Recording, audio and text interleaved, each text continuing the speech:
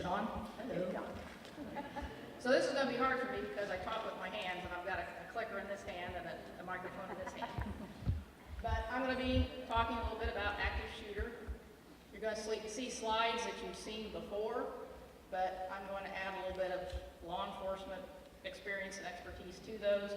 The more you see something, the more you hear something, the more you do something, I mean your teachers, the more it's going to be there instinctively when you need it. So training, training, training, over and over and over, that gets you where you want to be if you get in an active shooter experience. We've got a short, that way. No. On, that way. I'm also technologically challenged. So what should you do? How should you respond? There's a short video, we'll start with that, and then we'll do a little talking. The Massachusetts Juvenile Police Officers Association, in partnership with the Canton Police Department, take great pride in being a safe place to learn and grow. However, it is possible for someone to come onto campus to cause harm or threaten our students, staff, or visitors. Our school safety teams, partnered with the public safety officials, have worked hard on developing protocols in an effort to promote a safer environment. Should the unthinkable happen in any of our schools, you must know how to react to help lessen the impact and help protect yourself and the ones around you. Recently, schools throughout the country have fallen victim to horrific acts of violence. Realizing this, we strive to prepare ourselves and others to react in a way to help prevent injuries and save lives.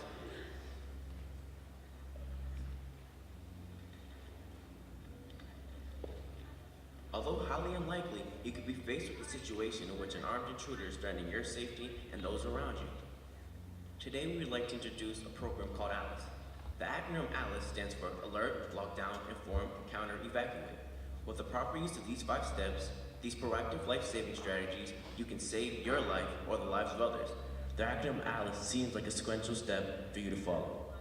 However, the letters are actually a way for you to remember the important choices you may decide to use in order to stay safe. The decisions you make should be based on each specific situation. Should you find yourself in danger, you may choose to evacuate, go into lockdown, or you may have no choice but to counter the aggressor. Alert refers to the way you learn about the threatening situation and how you communicate the danger to others.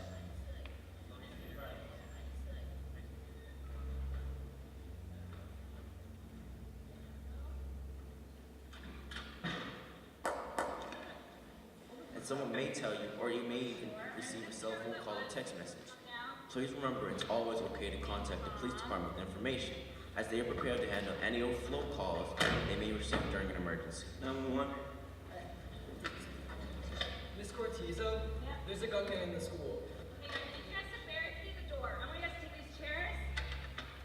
I'm going to take this door to block the door. Block the door. Clear the crowd. Close the box. Please come in. Everyone stay low. Stay low.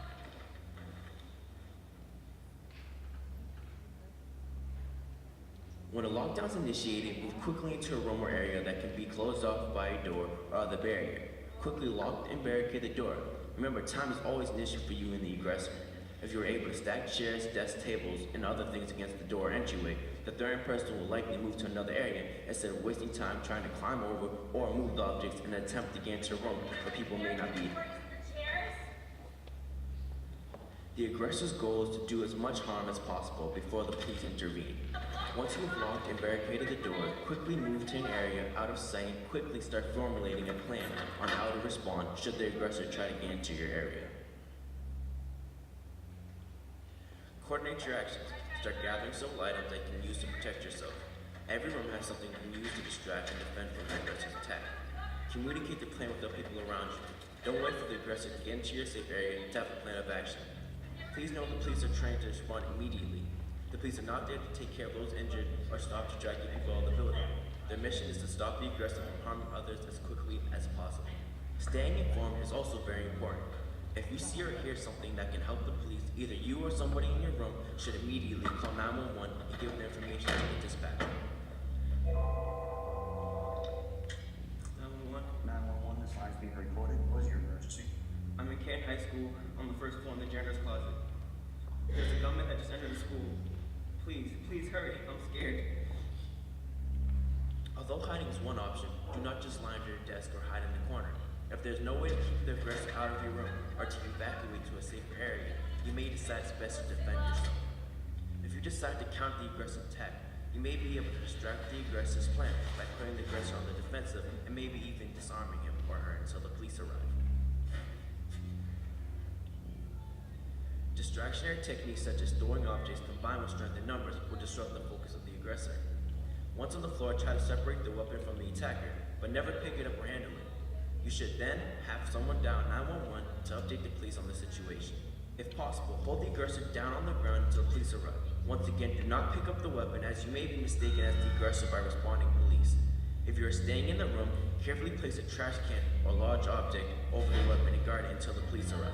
If the person on the floor is still a threat, you may choose to leave the room. If you leave with the weapon, place it in a trash can, box, or other container, so that you will not be mistaken by police as the aggressor as you enter the hall or exit the building. Just before evacuating the room or building, place your hands over your head with your hands and fingers visible at all times, and announce your presence by saying, "We are coming out." The ALICE program is designed to provide a plan of action to greatly enhance chances of survival, increase confidence, to reduce fear and anxiety, as well as help teach students and empower employees of the public school system to react to proactive life-saving strategies.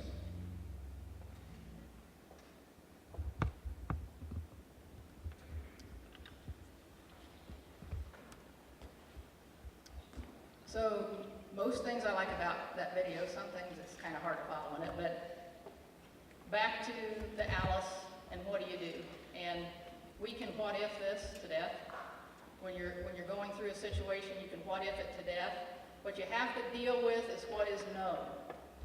If all you know is there's a shooter in the school somewhere, then that's what you have to base your decision on, what's known. You can't deal with the unknown because it's unknown. So that's where you start from. That's the point you start from. Theodore Roosevelt kind of indicating that you do the right thing, that's the best. You do the wrong thing, that's the next best. You do nothing, that's the worst. In law enforcement, we have a saying, I'd rather be judged by 12 than carried by 6. Meaning, I'd rather do something and be alive to be judged by 12 jurors of my peers to say, that was the right thing, that was the wrong thing, but I'm alive, as opposed to doing nothing and have 6 people carrying me to my grave. So, do something. You know that saying, do something even if it's wrong. Well, that's kind of right here. Do something. Point that way. Point at the screen. Okay. So an active shooter emergency involves one or more persons, usually involves a gun. You can have somebody who's actively, in law enforcement when we train, we don't say an active shooter. We say we have an active killer. We have an active killer. So that can be with a knife, that can be with a lot of, maybe a lot of different kinds of weapons, but any kind of weapon. In ALICE, we talk mostly about an active shooter.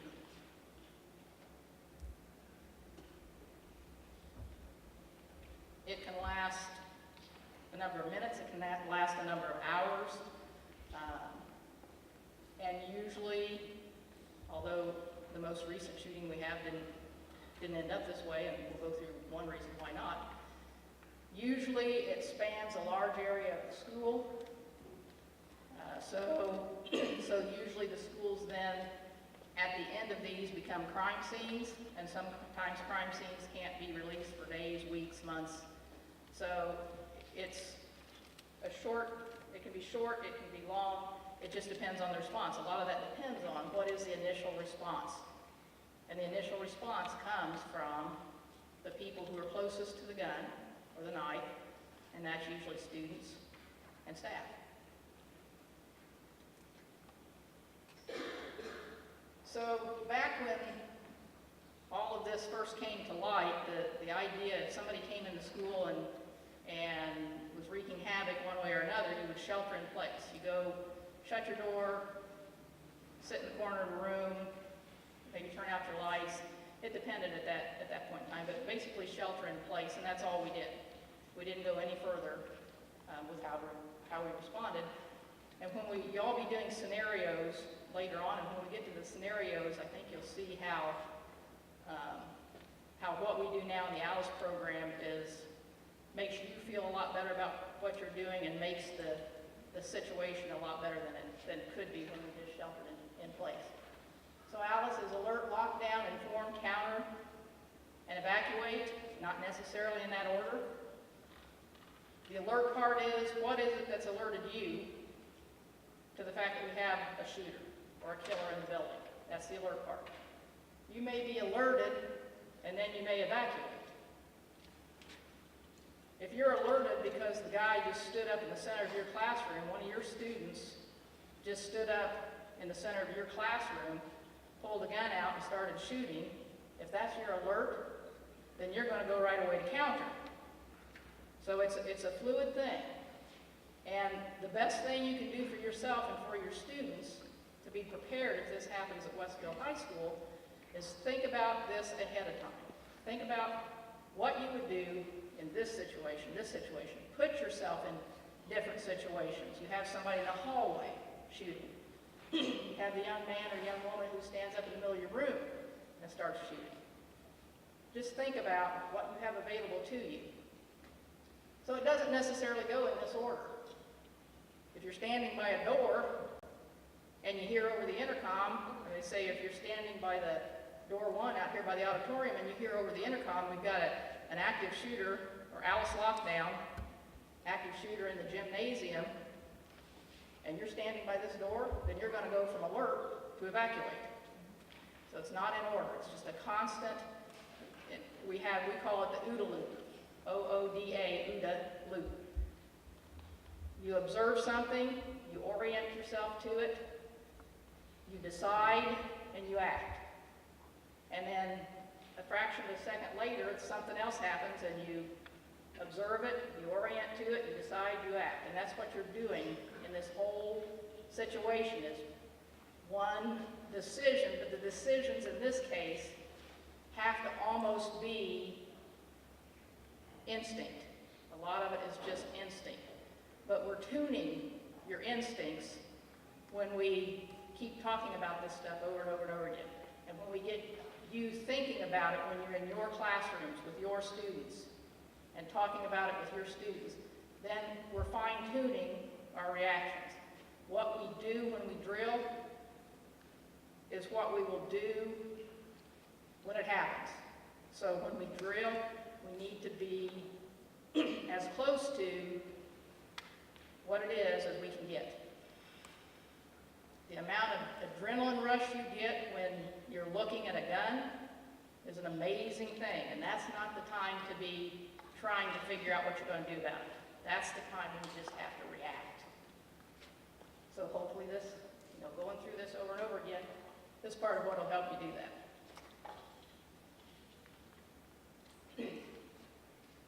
I tend to get out of order with my slides. So the alert portion, again, whatever it is you heard, whether it was an announcement, whether it was gunshot, whether it was the teacher next door screaming something about a gun, whether you saw somebody walking through the hallway or you saw somebody out your window, that's the alert portion.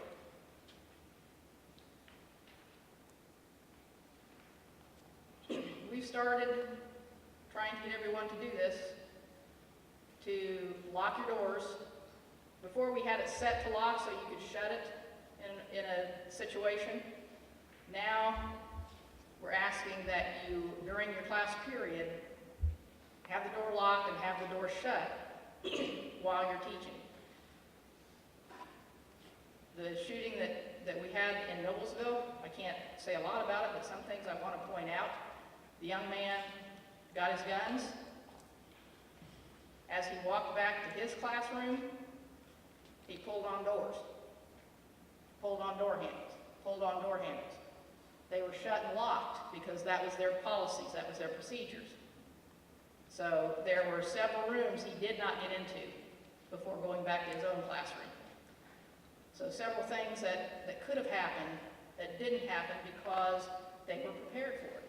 They had thought about it ahead of time, and they were doing what they were trained or or what they had been instructed to do. The lockdown, when you have your door shut, your door locked, your door barricaded, your windows covered, that's a good, secure starting point. That buys you a little time. If you're fortunate enough that the shooting doesn't start in your room, that buys you a little time to think and to prepare for what you may have to do next. You're in a relatively secure position to start with. Once you're inside, windows covered, big things. You've got couches, turn them up sideways, whatever you can use, and think about that ahead of time in your room also. Big things in front of the door, then small things. Desks. Then you don't stop there. Then you start, that's your secure starting point. So now, okay, now what do I do if by some action this guy figures out how to get through all this and he gets into my room? How am I going to counter? What do I have in my room that I can use to counter with?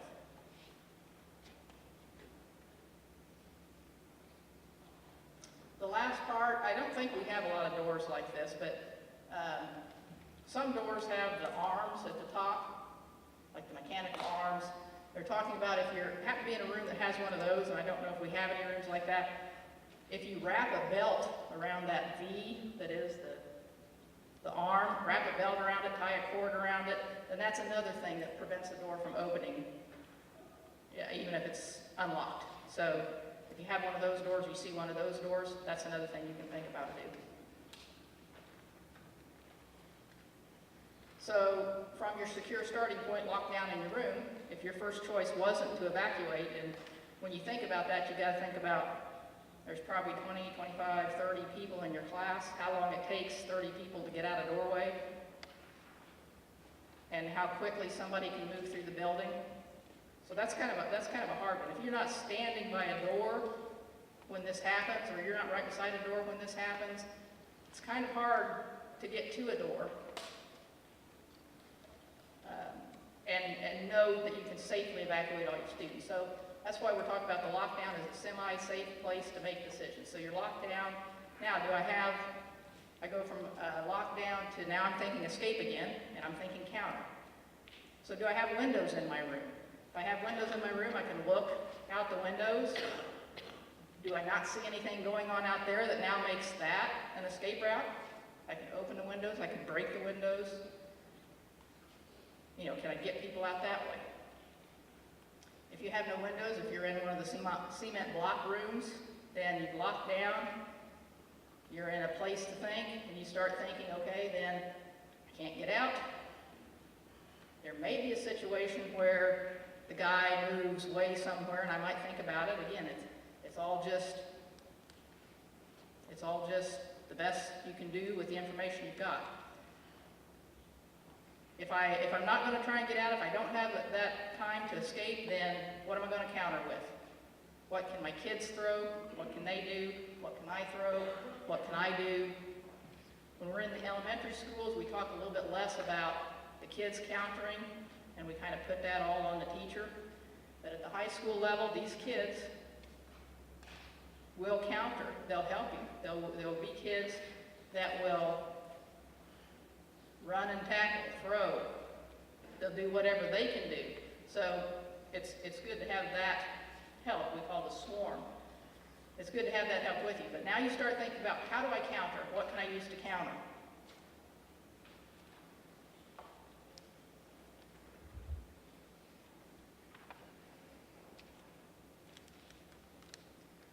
Then somehow in the midst of all this is the inform. I mean, I'm standing here and it's taking a long time to talk about this, but it all happens in a matter of seconds.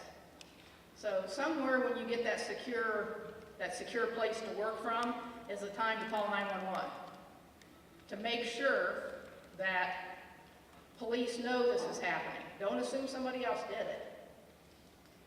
The dispatch center expects to be flooded with initial 911 calls if something like this happens. And what they will do is try and sort out the calls. Okay, this person's telling me There's a shooter at Westfield High School. Do you see the shooter? Do you know anything about the situation? No. Thank you. Boom. Hang up. Somebody else, there's a shooter at Westfield High School. Do you see the shooter? Yes, I see him. He's right outside my door. Okay, can you tell me what he's wearing? Can you tell me what you heard? So they're looking, first of all, they need to know that we have a situation.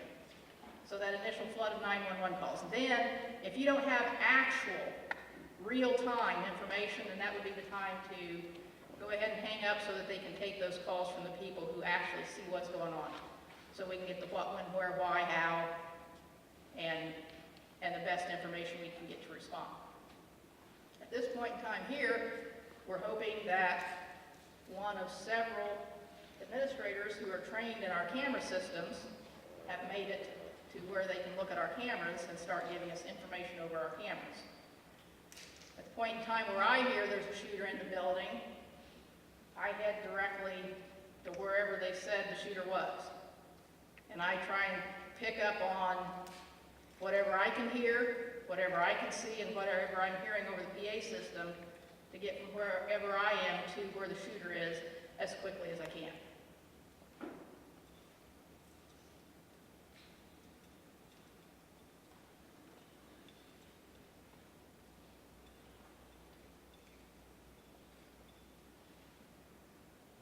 So the last resort, you weren't able to escape.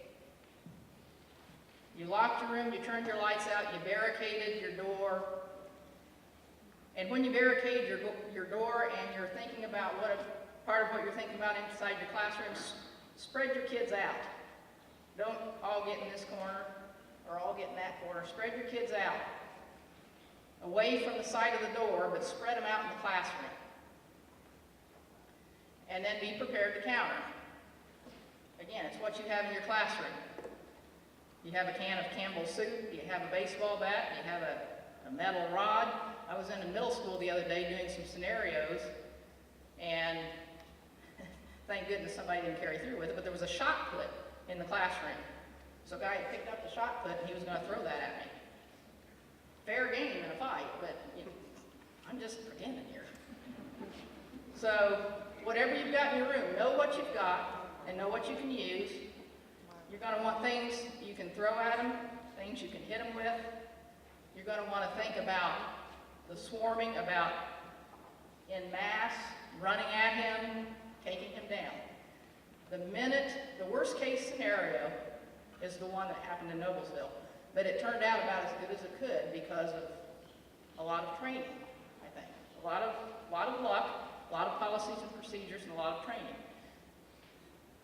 When somebody stands up in the middle of your classroom with a gun, then they've already declared an unfair fight because nobody else in your classroom has a gun.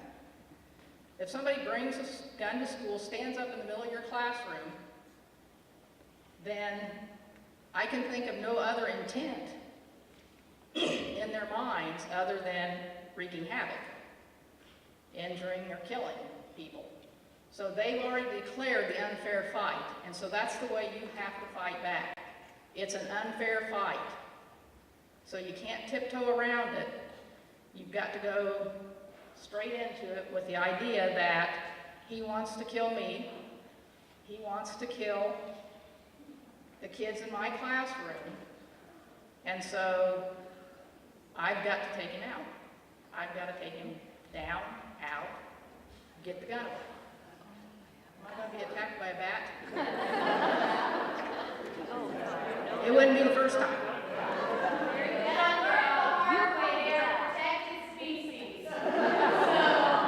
Technically, right now they're an invasive species.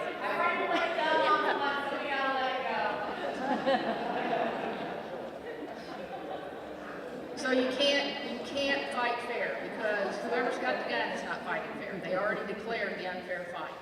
So if you have a baseball bat and that's what you're using, then you're not going to try and hit him in the back of the legs to take him down. Whatever you do, you have to do it quickly and it has to be severe. So they're using, in our vernacular, they're using deadly force, so you use deadly force. So when you strike at the head. When you strike, If all you have available to you is an arm with a gun, that'll work. Then you strike, but you strike hard, trying to break bones, trying to get that gun out of his hand. If you're in close combat with someone, then what I always like to remember is that joints only bend one way. So this is usually how they posture because they've seen this on TV, so that it's out here and they're shooting. Joints only bend one way. But when you bend it hard. You bend it to break it so that the gun will come out of the hand.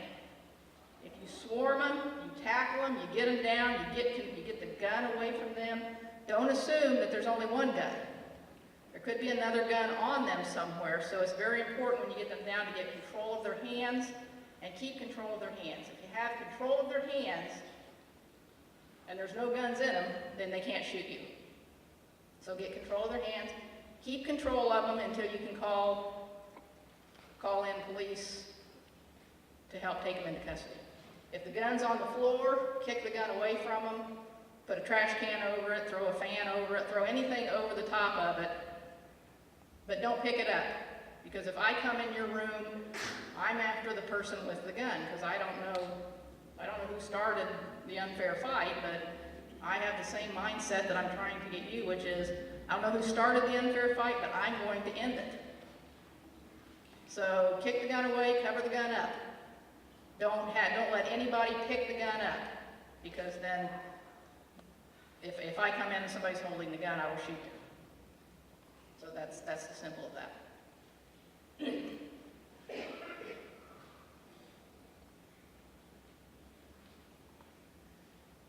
So we talked about this, I took them out of order because they kind of present themselves that way. Even in a school this long, and I think when we first started drilling, we found that out. When we first started drilling more realistically, we found out that even if we hear that there's a shooter in the gym and you're down on this end, it's not just your class trying to get out, it's a whole bunch of them, and you're all trying to get out one or two doors, and it takes a long time. So you have to have a real quick and clear shot to the door to get out. If you've got one of your classes out here in the hallway doing something, or in the auditorium doing something by the doors, then you can probably get out right away. If you're in your classroom,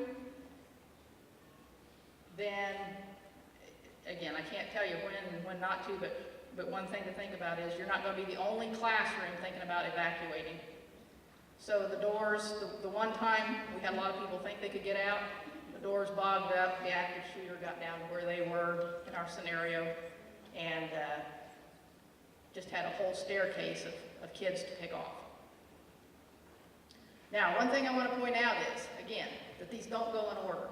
So let's say you decided to lock down, you lock down. Now you've decided you're going to evacuate. When you go to evacuate, take your weapons with you. Your baseball bats, your books, your Campbell's soup cans, whatever you've got. Take your weapons with you, because Our friend. as you're evacuating, you may run across the shooter. As you're evacuating, if you run across the shooter, don't just stand there. Again, do something even if it's wrong. So as you're evacuating, if you see the shooter, have your weapons with you and go back to counter again. Attack, run at him, yelling and screaming, move around, don't be a stationary target, throw what you can. And what I've seen in some of the scenarios we've done before, when I went into the room as a shooter and people were going to counter, they would throw something at me. They're sitting in desks. I come into the room, they throw stuff at me, and they're still sitting in the desks. Well, yeah, I'm going to start shooting again if somebody didn't hit my head, and again, that points out the why you have to take them out thing. I'm going to start shooting again. When you counter, be ready to throw and run. Throw and run.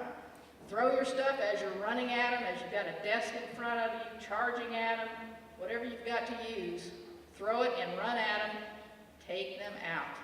The sooner they're taken out of the unfair fight that they started, the less people get hurt, the less people die.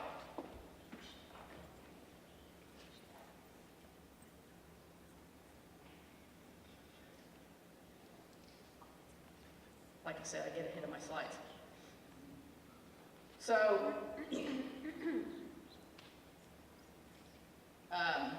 where's Alicia? Did you want to talk about, yeah, you get up here with the math. When you evacuate, if you run out, then we have things, procedures.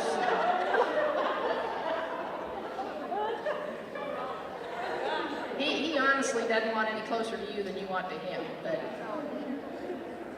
when you evacuate, we have procedures for how you finally get to reunification with parents. So I'm going to let Alicia cover that a little bit. So just to review, we talked about this a little bit last Wednesday, but just our new site reunification and rally points.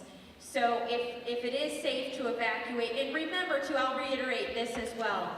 Those of you who are on the first floor, whether you're in an office or you're in a classroom, your best bet is going to be through the windows versus out in the hallway, because that's where we get bottlenecked and it is a lot slower to evacuate. So a lot of if you do say, okay, we've got room, the person's on the, opposite end of the building, and I can access my windows and we'll go out that way. That's probably your best bet.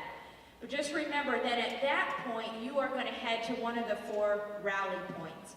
And you won't necessarily go inside at these rally points, but it's whichever one is closest to where you evacuate the building, and then there are 4 of them. So the IMMI building is one of them, and then Christ United Methodist Church, which is kind of on that side, Freedom Trail Park, which is close to Washington Woods, and then the Grand Junction Brewing Tap Room, which I've been told everybody's headed to that. But you probably will be waiting outside there, but that's the one that's on 181st.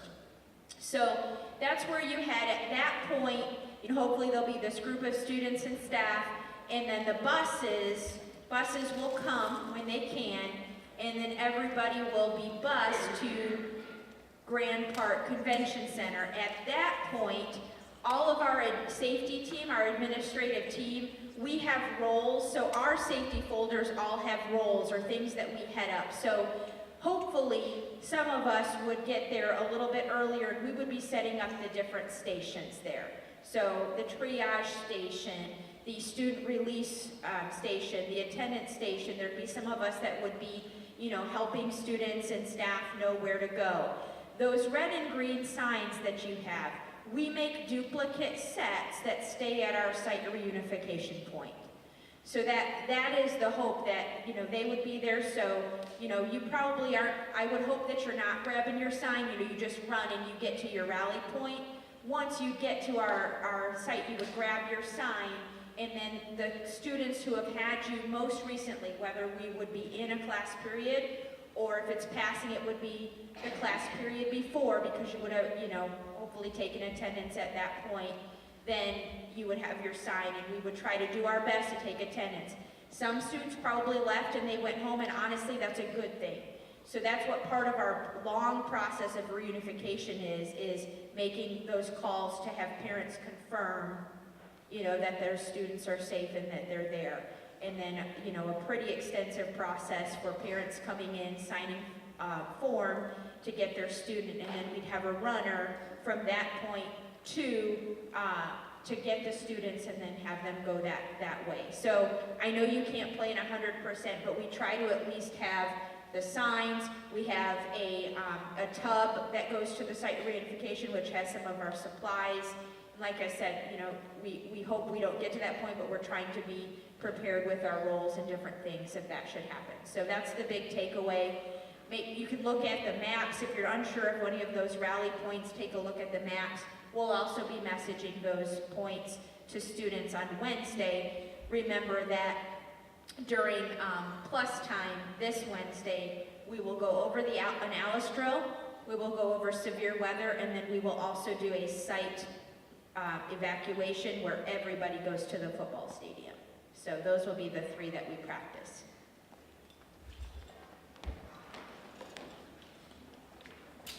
So all that being said and confusing, what kind questions do we have? Oh, come on. But regardless, what did you call it when you swarm them? I know we're having these Westfield like university thing for parents or whatever. Have we taken that to them? Are they gonna freak out? I mean, I think it's a natural response for certain people to go towards it and a natural response for others to go away. So how are you gonna Freeze. acknowledge those types? You're either gonna fight, flight, or freeze. Fight is good, that's counter. Flight is good, that's evacuation. Freeze is the worst thing. I mean, then you're not even a moving target. Now, how are we gonna take it to parents? Yeah, I mean, I think they'll freak out a little bit. Well- I mean, even though it's a natural thing, how are you gonna address it? And I'm gonna let Alicia address this in a minute because the school and I address things a lot different ways a lot of times. And not that I don't care about parents, but what I care about is I care about students, student safety, faculty safety, and I go back to what I said in the beginning. The closer you can get to how things actually will be, if it happens, the better prepared you are for it when it happens. I think most parents understand that. However, I know there are always some parents who don't understand anything, and they will let you know. But I think if they understand why, we're not telling their kid to go out and start a fight in the hallway. We're not condoning fighting in school. What we're trying to do by teaching your student to swarm or to do something is we're trying to keep them alive if we ever have that situation here. Something different from your side? Just, I think the part 2, where we have our Alice training, will be in smaller groups where we're actually in a classroom and going through some scenarios. I think that will help you see, how it will look, some different things we might do, and a lot of it's going to be, there'll be different reactions from your students realistically in your room as well. I don't think anybody will go over in force. You're not going to go right, you pick that step, and that kind of, and that kind of thing. But it'll be empowering them, that there'll be things available that they know are there and will allow them to be involved in the counter and so forth. But the other thing to note is just that we are very much messaging this to parents this year. So after each drill, I send home a letter to parents about what we went over. So it'll be very clear to them what we are practicing. The counter will be a piece of that. So if there is parent feedback on that, that'll be taken at our level, and just different things like that, because it is a district, it's supported by the district. And so we haven't shied away from, we've been really kind of trying to get out there in front of what Alice is, and the counter is a big piece of that. The other thing that we'll do is, you probably saw on your PD calendar, we have safety tables a few times this year throughout. And so there will be some times where specifically you'll actually go into your classroom and think through what might be some, counter pieces you have available in there, that you'll kind of take a look at your classroom and make that assessment. Traveling teachers, you will get a chance to kind of go around and see, work with the different teacher rooms and do that. So we're going to spend some more intentional time this year getting people a little more comfortable with what that might look like in your room. What other questions are there that I might be able to answer, or Officer Daniels? Yes, Jared. So, in regards to, are you going to be using active shooter in either of the police sense? Because I know you said active killer versus active shooter, because you brought up things about bringing weapons with us, and I'm just trying to make sure that we don't get confused and like somebody brings the citizens with them. They're not going to get shot or anything, active killer versus active shooter. You have scissors in your room probably, so could scissors be a weapon? Yes. No, you're not going to bring guns to school. You can't bring weapons that are weapons. It's illegal to bring bring weapons that are weapons. So when I talk about weapons, I'm talking about anything you can use to defend yourself that's already in your room. And just trying to get you to think of that ahead of time. What is it that's there that I can use? And I'm not saying that your students have to counter. But I think most of your students, given that situation, will feel better doing something than just standing by. And so having thought of it ahead of time, I think will help them. I think you say when we, like, when the students leave the building and are taking those things to fight back with them, they don't want that to be confused with. Gotcha. I'm not going to shoot somebody who's holding scissors. I will shoot somebody who's holding a knife. I will shoot somebody who's holding a gun. So I will shoot somebody and I will see somebody as having a weapon if it's a traditional weapon. Basically, it's what's going to cue me in, what we train with all the time are knives and guns. So if somebody's carrying a pair of scissors, by the time I see him, the important thing I guess is maybe also to tell your students whenever they come across a police officer, follow the instructions. Somebody with scissors, I'm going to tell them, drop the scissors, drop the scissors, drop the scissors, drop the scissors. As long as they're like 15, 20 feet away from me, the scissors is not a deadly weapon. So, police officer says, drop the scissors, drop the scissors.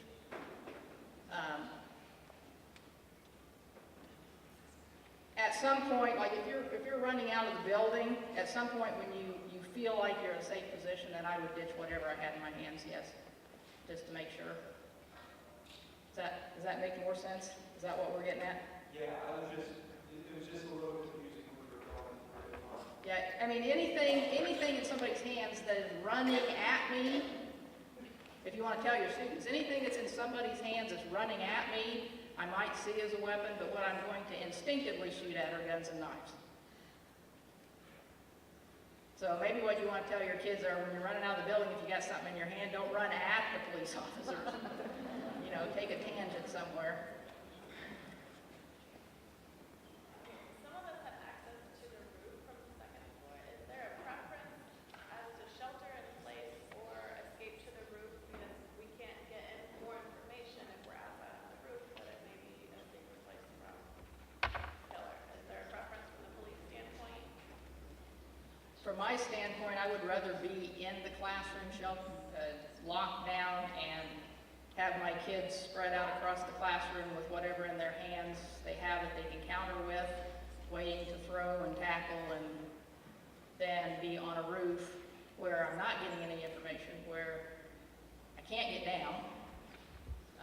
And if somebody does come running at me, I don't have four walls That they could get out there too.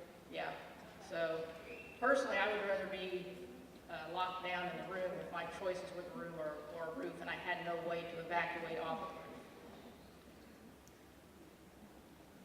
Scott? Can you maybe list or send an email out with some things that we can maybe just bring in and use, have in our classroom as calendar items? Because most of what I have is probably One of the best things you have, all of you have available to you in your classroom is a desk. 2 people on those desks, turn the legs up and run. Chairs, desks, you can throw them, you can charge with them, you can swarm with them. Everybody's got desks. If it's a big football player, they're going to be able to hold the desk by themselves. If it's somebody smaller, it might take 2 people on a desk to be ready if they come through the door, charge. So, you can think outside the box a little bit on the weapons. Anything that's got some pretty good substance to it can be a weapon. Desks, heavy books, computers. I don't know if there's something that's like worked in the past, in an instance in the past that we should consider a box of this or that. Campbell soup cans are great. Canned food is something I've heard of in the past, is something that would be in. That'll be part of what our first safety tables is, Scott, is I'll have everybody look at what you have in your classroom, and then, think about some possibilities, and we'll have some people, you brainstorm, what some of that might be. But I think Kim's right. I mean, heavy books, heavy computers, desks, all of those things definitely work. Yeah, Sarah. On the second floor, is there talk of ladders or evacuation at all? Like, if we were to leave, I don't know, leave our house, I don't know.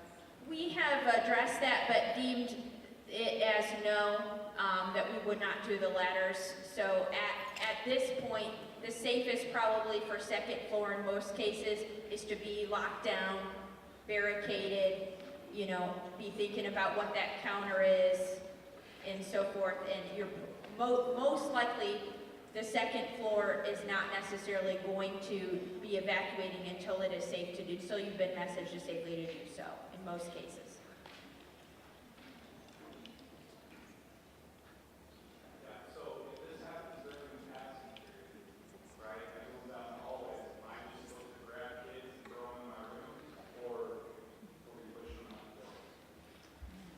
So, yeah, what you'll want to do is, I guess it's one of two situations here, or two that come to mind.